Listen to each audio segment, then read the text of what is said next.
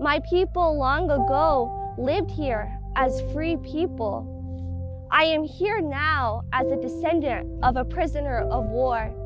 I am told by the United States government and the General Attorney that I am still a prisoner of war. I have never committed a crime.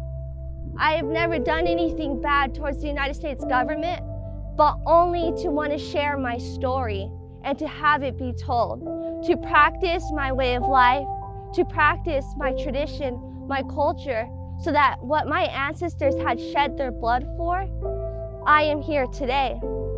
And to the United States government, that's a threat. As a 13-year-old girl testifying in front of Congress for the very first time, little did I know that being now 23, that little girl's voice threatened the United States government and its Constitution. But little did they know that as a young person, I can come back again and again and again and again. Because they told my grandfather and the elders who knocked on their doors, who ran for their life, that they were gonna die. But little did they know that their seeds were buried into the ground, and I am that plant. I am the product of resiliency. I am the product of my ancestors. I'm doing it because I know my ancestors believed in their story. They believed in me. They fought for their future. They fought for their prayers to be heard. I hope that when you're here at Oak Flat, you get to really see the essence, because too often we have political leaders in these seats that can't leave their office, that won't make the effort to actually meet the people. But yet we have the strongest power as citizens in this country. You have that power as citizens in this country, because my rights as an Indigenous girl and an Indigenous woman enrolled, I don't have the rights you have. You guys can go to the door of Congress and they can acknowledge you. But for me, I can't. I am told that I have to have a resolution passed by the tribal council in order for my voice to be heard by those people that I put in office. And so I am asking you here that you learn from the land, that you learn from our story, and that you can create action. My voice is being stripped away from me. And we see that with the Resolution Copper, when they say they can mitigate this area, that they can mitigate the potential problems that they foresee if the mine goes through, and they can compensate us as a people. But you cannot compensate the language. You can't compensate our story, our people, because we know that we as Indigenous people are intertwined with the land, that our stories and our songs and our language have a direct connection with the land. And when we don't have that, we can't call ourselves Inne.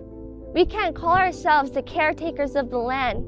We can't call ourselves who we are intended to be, because that was taken away from us, because the land is being destroyed. But with us here today, there's hope. There's hope that our story is being heard. There's hope that my future children will be able to come to the land and pray. We'll be able to see the petroglyphs. We'll be able to see the ancestral sites that are meant for us to see. Currently, we have a water crisis in the state of Arizona, where people are looking for water, yet there are no mining restrictions for water usage. And so Resolution Copper can take as much water as they can, yet residents in the state of Arizona are limited? How are we allowing water to be given to mines who are going to destroy places forever?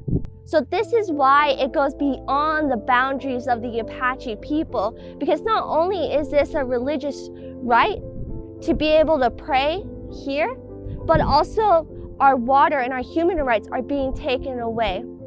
So that means your rights are being taken away. So I ask you here today to think about my ancestors and how they roamed here freely. Think of me now as a present day Apache, and think of what my future children can have, because that is the story that needs to be told. Feel the land, feel the trees, feel the air, and think of how precious this is, because if the Resolution copper mine happens, we will never be able to see this again. This will be a 2-mile estimated wide crater as deep as the Eiffel Tower, and that is only the proposed. It can be 3 times bigger, as it has happened in prior Rio Tinto mining places. The crater gets bigger and bigger. It's never smaller.